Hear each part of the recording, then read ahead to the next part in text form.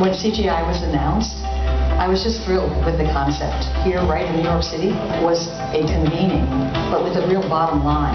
And I love the fact that you had to commit to some activity somewhere in the world that addressed one of the many issues, whether it was poverty or health or lack of education. The idea of this was to respond to a very important environmental crisis that was happening in the village where I served in the Peace Corps from 1998 to 2001.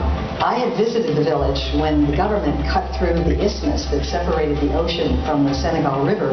It led to salinization of that river. The water was no longer suitable for irrigation. So my niece Sarah was telling me about having attended an aquaculture conference. Aquaculture, as you know, is Asian. It's 4,000 years old in that part of the world. But in West Africa, it's really not even thought of. So I took very seriously the idea that there should be a commitment. It just struck me, let's bring those two things together. The commitment that my Aunt Sally Menard and I did together was called Yarum Jin.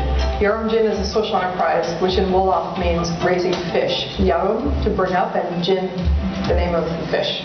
This is an example of one of the Toast On meetings that we do. So we had a general assembly, and we had a discussion to talk about what aquaculture was, what they could expect from it, and there was a lot of questions about how could you possibly raise fish in a cement tank. So there was a lot of education that we needed to do, but that's why we wanted to have Toast On come in and be the key partner in the implementation process of this.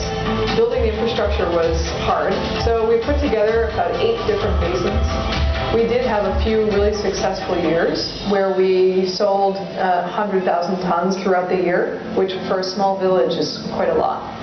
It was so gratifying to see how both the Toast Stand project, the training that they had brought to the villagers, and the actual functioning of this aquaculture project, and the fact that it could be scalable to villages nearby, and there was interest growing around in the region. Going back in December, we are hiring someone who works with Toast Down who has the capacity building skill sets to work with us on where we can go from here, how to leverage the infrastructure to make the most out of it. One thing that we need to think creatively about is how to create more employment opportunities. Sally's commitment provided an opportunity to bridge a really important NGO with a small village. It created a commitment from the local population to their own development. And as a result, they feel a deep sense of ownership, and they won't let it fail no matter what.